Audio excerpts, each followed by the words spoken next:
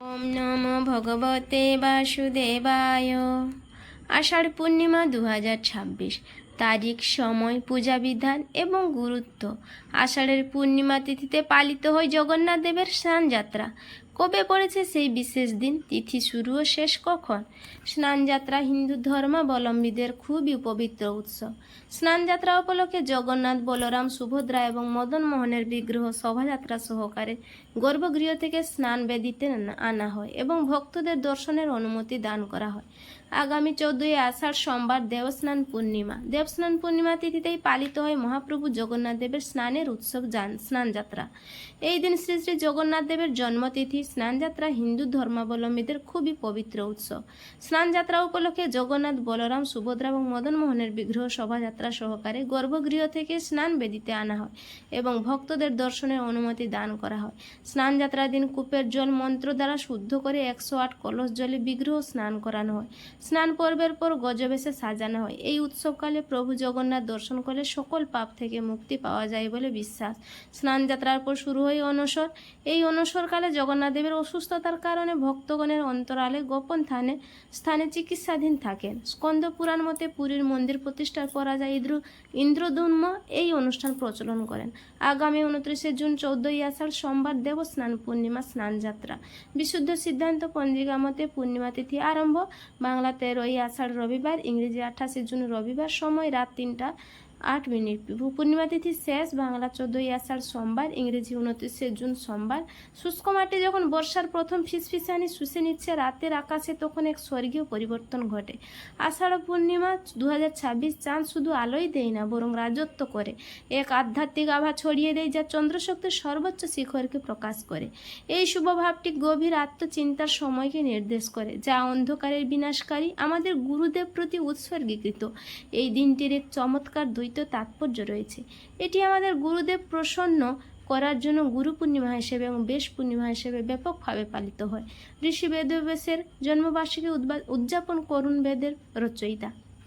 এই মহাজাগতিক শক্তিগুলোকে তুষ্ট করতে উদযাপন করুন 29শে জুলাই 2026 আষাঢ় পূর্ণিমা। যেহেতু 28শে জুলাই সন্ধ্যায় পূর্ণিমা তিথি শুরু হচ্ছে, তাই ঐশ্বরিক আলোর গুরুত্ব তুলে ধরতে সবচেয়ে পবিত্র এই অনুষ্ঠানটি গুরু পূজা, সত্যনারায়ণ ব্রত এবং পূর্ণিমার চাঁদকে অর্ঘ্য নিবেদনের পাশাপাশি সোমবার পালন করতে হবে।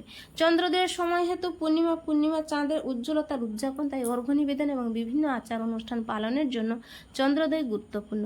আনুমানিক চন্দ্রোদয় সন্ধ্যা 7টা 55। হিন্দু ঐতিহ্য অনুসারে সূর্যোদয়ের সময় যে তিথি বিরাজ করে সেই তিথি দ্বারাই সাধারণত দিনকে সংজ্ঞায়িত করা হয়। 29শে জুলাই সূর্যোদয়ের সাথে সাথে যখন পূর্ণিমা তিথি কার্যকর থাকায় আষাঢ় পূর্ণিমা হিসেবে পুরো দিনটি পবিত্র হয়। এটি নিম্নলিখিত বিষয়গুলির জন্য সবচেয়ে উপযুক্ত সময়: গুরু পূজা, আপনার গুরুদের আনুষ্ঠানিক সন্তুষ্টির আয়োজন করা, পবিত্র স্নান, পবিত্র নদীতে স্নান করা যেমন গঙ্গা অথবা যমুনা, সত্যনারায়ণ ব্রত, ঐতিহ্যবাহী প্রার্থনা ও গল্প বলা। আষাঢ় পূর্ণিমা কেন বিশেষ? আষাঢ় পূর্ণিমার প্রকৃত শক্তি নির্ভর করে এর উপর ইতিহাসের অনন্য সংযোগস্থল, আধ্যাত্মিকতা এবং মহাজাগতিক অবস্থান।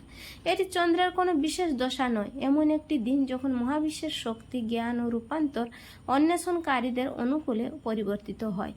ঋষি বেদব্যাসের জন্ম। গুরু। আষাঢ় পূর্ণিমাকে বেশ পূর্ণিমা হিসেবে পালন করা হয় কারণ এই দিনে ঋষি বেদব্যাসের জন্মবার্ষিকী উদযাপন করা হয়।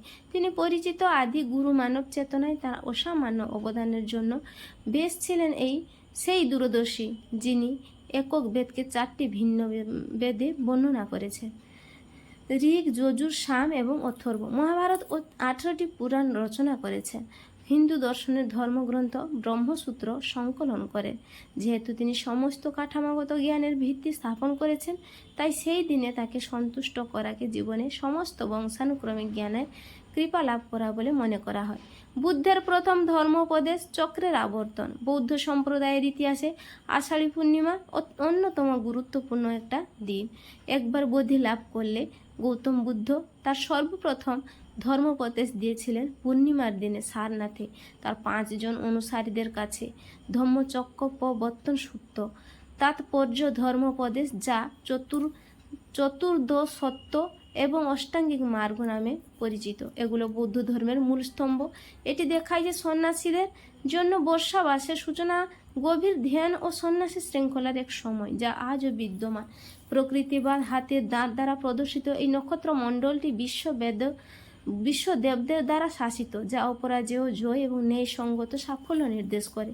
মানসিক স্বচ্ছতা নক্ষত্রের পূর্ণিমার প্রবাহ একটি মহাজাগতিক লেন্স হিসেবে কাজ করে, যা বুদ্ধিমত্তা বৃদ্ধি করে এবং দূর করে মানসিক কুয়াশায় সাধারণত সিদ্ধান্ত গ্রহণে বাধা সৃষ্টি করে। সমৃদ্ধি এই অবস্থানটি স্থিরতার সঙ্গে সম্পর্কিত। বিশ্বাস করা হয় যে এই দিনে অনুষ্ঠানটি পালন করলে আপনার সম্পদ সুপ্রতিষ্ঠিত হয় এবং আপনার আধ্যাত্মিক জ্ঞান লাভ বস্তুগত সমৃদ্ধিতে রূপান্তরিত হওয়ার নিশ্চয়তা দেয়।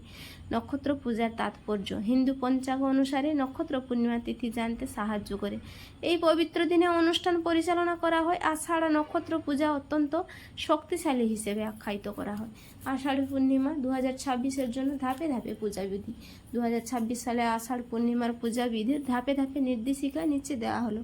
এক প্রভাতকালীন আচার অনুষ্ঠান, শুদ্ধিকরণ ও পবিত্রতা। এটি শুরু হয় ব্রহ্ম মুহূর্ত। আদর্শগতভাবে পবিত্র স্নান করা উচিত, যা গঙ্গা স্নান হতে পারে। যদি আপনি বাড়িতে এই অনুষ্ঠানটি করেন তবে স্নানের জলে শুধু কয়েক ফোঁটা গঙ্গাজল মিশিয়ে দিন। এই রীতিটি আত্মাকে শুদ্ধ করে বলে মনে করা হয়। উচ্চ আধ্যাত্মিক শক্তির জন্য শরীরকে প্রস্তুত করুন। হলুদ পোশাক পরুন, কারণ এটি গুরু ও বৃহস্পতির গ্রহের প্রতীক, এবং সাদা পোশাক চাঁদের শান্তির প্রতীক।